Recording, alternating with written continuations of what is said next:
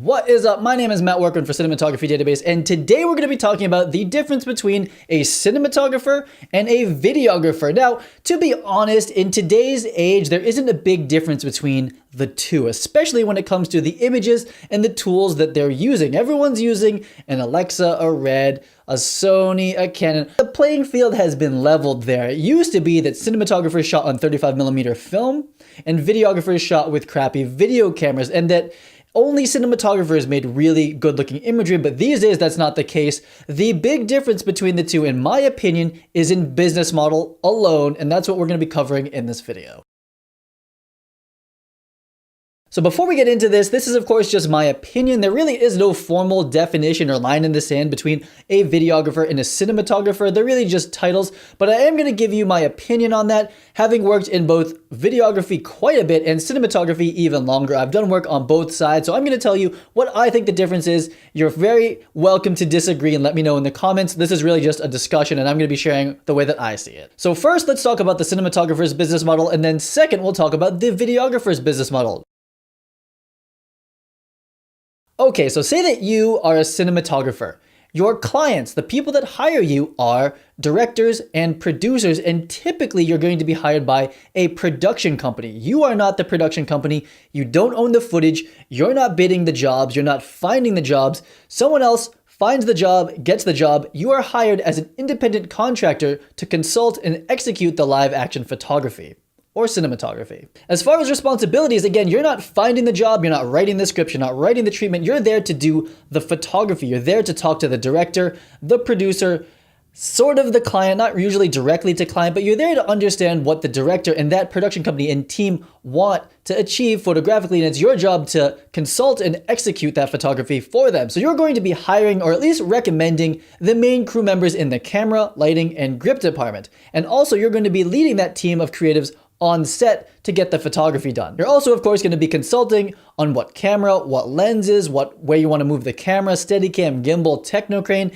and you're also going to be consulting on what lighting units you're going to need for that location. And speaking of locations, typically you're involved in consulting on which locations get chosen, though really it's kind of the director and production company's call. You can at least give your 2 cents, and when they do decide on a location, you're the one that's going to come there with the rest of your creative team and figure out what is needed technically to pull off the photography there and how much time you think it's going to take. As far as a business and paying taxes and all that boring stuff, you're either a sole proprietor doing business as yourself, as your name, or you're some sort of corporation or LLC, and that's typically usually if you own a lot of equipment and you're renting the equipment as well. I'll do a whole video on buying equipment, how you lease it, how you get insurance for it, how you should be charging for it.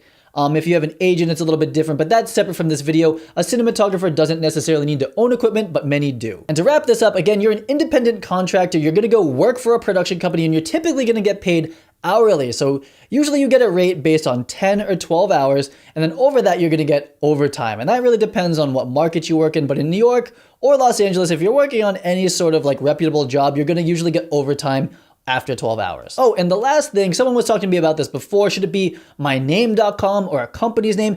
If you're a cinematographer, your website should be your name. So first name, last name, maybe DP if you can't get that, .com or .tv or .whatever, but it should be your name. If you're a cinematographer, people don't want to hire a company typically. So unless people really know that that's your company, you typically want to be your first name, last name, .com. That's what I've seen out there. That's what I've done. That's typically what I see for cinematographers. Okay, so let's talk about videographers or videography companies. So in my experience, the main difference is that a videographer is typically their own video company, whereas a cinematographer is really just a freelancer, a consultant for another production company. So that a cinematographer is not handling finding clients, dealing with creative, they're not directing at all, they're not editing, they're there just for the cinematography, the cam work, and the lighting and the things that go around that. Whereas a videographer tends to be a bit of a jack of all trades. So they're kind of directing, they're producing, they're shooting it, they're lighting it. Sometimes they're editing it in a lot of cases. And the main difference is that a videographer, their client is the company. So directly to the company, maybe an agency, or maybe just a person, especially if you're a videographer or a wedding videographer, your client is going to be a couple. That's going to be actual people. Cinematographers don't typically work directly with people or for people. And as far as responsibilities, a videographer is responsible in a lot of cases kind of for everything. So not only the pre-production, the getting the clients, sometimes the direction and all that stuff, you're also responsible on set for kind of doing the lighting, the camera work, the sound sometimes. You know, cinematographers almost never do sound, and I'll attest to that because when I was a cinematographer only, I didn't know anything about sound, and having to learn about sound for me to do this just YouTube show, honestly, has been quite an education for me. So if I had spent more time in the videography world, I think I would have known it. But cinematographers don't typically know very much about sound, whereas a videographer probably knows a lot about sound. And this is just generalizing, but in general, a videographer isn't going to have a crew. What typically will happen on a videography shoot is there's going to be different camera operators. So you might have a couple people operating cameras. You might be working in tandem with a photographer if it's covering an event or a wedding or something like that. And you don't typically have a grip and a gaffer and an AC or anything like that. You might have assistants is what I've usually heard. And that assistant might be doing a little bit of sound and then also helping with the lighting. And people kind of bounce around. It's a little bit more loose what the delineation of labor is versus a cinematographer who's working in the industry. There's a very clear structure on what people do in different departments. And I've made a video about that, so you can go check that out. Maybe I'll link to some of those in the description. And to wrap it up for videographers, again, you could probably still be a sole proprietor, but likely you're a corporation because you're buying equipment. You want to get the tax write-offs for travel and all that stuff. Being a corporation in the States is really helpful for running that type of company. And you're going to be collecting money directly from the client, which can be kind of tricky, right? So you have to get the money from the client, which can be a small business, a small company, from a couple that just got married, to a school or something that's running an event that you were filming, or a church or something like that.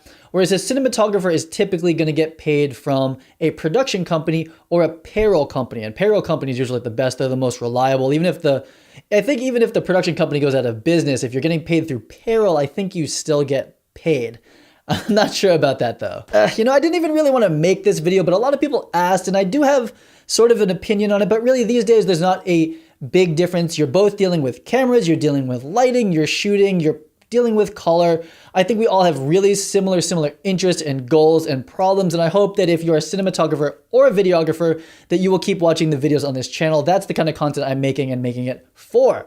If you like this video, drop a like on the video and subscribe to the channel to see more content just like this, and stuff that's not like this as well, but stuff like this a good amount. And in the comments below, let me know what you think the difference is between a videographer and a cinematographer. Is there no difference? Is a cinematographer only shooting in cinema and videos only video? I mean, there's a lot of different opinions on it. This is just mine. If you have a different opinion, I honestly would love to hear it below. That is it for this one. You guys get out there and plan better, shoot better.